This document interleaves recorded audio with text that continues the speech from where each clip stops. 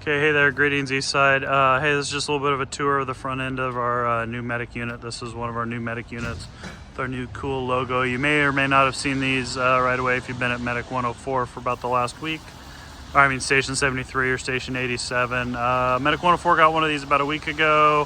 103 just got one the other day, so there's a little bit of changes we'll kind of show you. Within about 6 months, our entire fleet should be these things, so you don't have to deal with, am I in a TerraStar, am I in a Ford or a Horton or anything like that. They should all be exactly this thing. So brief little tour of the cab here.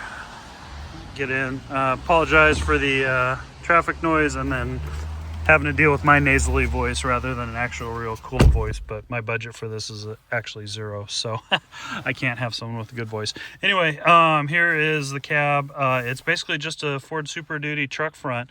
It's super easy to drive. All the controls are straightforward. There's no like hidden air brakes behind laptops or anything like that.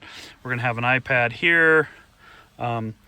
Light and siren controls and radio are all right down here. Everything's highly visible. They drive actually pretty nice. They got a pretty decent amount of power and they're actually pretty smooth and good brakes. So keys right here. We're not fancy enough to have push to start yet, so we still got old school keys.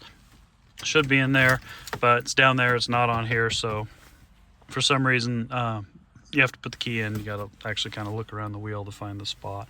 So we'll just kind of turn it on. Pretty straightforward stuff. So a couple big changes on this one. Our previous rigs all had laptops. This one's going to have an iPad right here with Crew Force on it, Fire Mobile, or whatever you want to call it.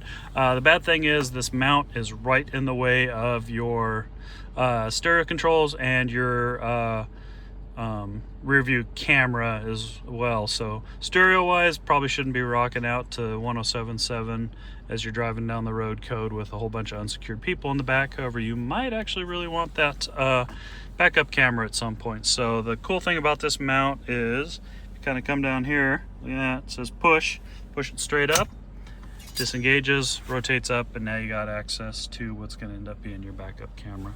Once you're done with that, just locks in place. Pretty straightforward, pretty simple. Pan down here, really easily labeled things. You got an air horn and a howler right along here. Front flood, you probably don't ever have to worry about that. Light controls. This thing's got a whole bunch of little fancy buttons on it. Really the only two you need to worry about are this one, which says emergency master. It's a soft key. And then this one, which is touch screen. So both of these will activate all the lights at one time. You can touch that. Green's good, means the lights are going. If you kind of look in the mirror, you can kind of see them reflecting off of stuff there. So that means your light's on. That also means your sirens are going to be active as well. You can also do it via this little soft key, emergency master. You can turn it on this way, turn it off that way. Doesn't really matter. They both activate it. So whole bunch of other icons on here for patient controls and stuff. I can't ever envision a situation where you're gonna have to deal with that at all. Okay, move down to the siren here. Your basic siren box. The one little thing you gotta watch out for is this toggle. If it is in the middle and toggled off, you will have no siren and you'll think it's broke. All you need to do is toggle it up to dual, and then here's your siren. Just like that right there, okay? Siren right there, and just turn it off like that. That's probably going to be the easiest way to do it. There's a bunch of other little ways where you can get it activated on the steering wheel, through manual, but we're not really going to get into that. So let's just keep it simple. Make sure it's toggled. Actually, if you toggle it down here, it'll go on as well. So just make sure it's just not in the middle in that off position. So that's that. If we scan back a little bit, here's the two radios. Obviously this is the 800 megahertz. Mic's right there. Straightforward. Here's the VHF. That's almost always on and rarely ever used, so I can't ever really think of a situation you're gonna have to use that. And that's about it. It's pretty straightforward. It's pretty clean. We do have the Firecom wireless headsets here for talking between us when we're going down the road. I would highly suggest you do not use these when you're driving code with a whole bunch of medics and a sick patient and firefighters in the back there as well. This has noise canceling on it. You will not be able to hear what's going on back there, and you'll notice that the pass-through here is significantly smaller than our previous pass-throughs.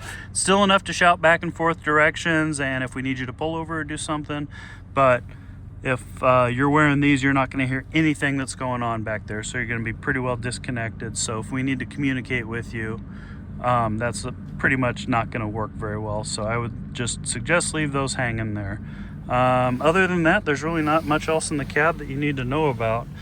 So if you have any questions, get a hold of Chief Hudson there. He can get them to me, or just actually best thing's probably get a hold of your local medic unit and have them come by and take a look, because I shot a video of the back in the back there as well, in the box, the kind of the differences, because it's quite a bit different. So that should probably accompany this video, so take a look at that one.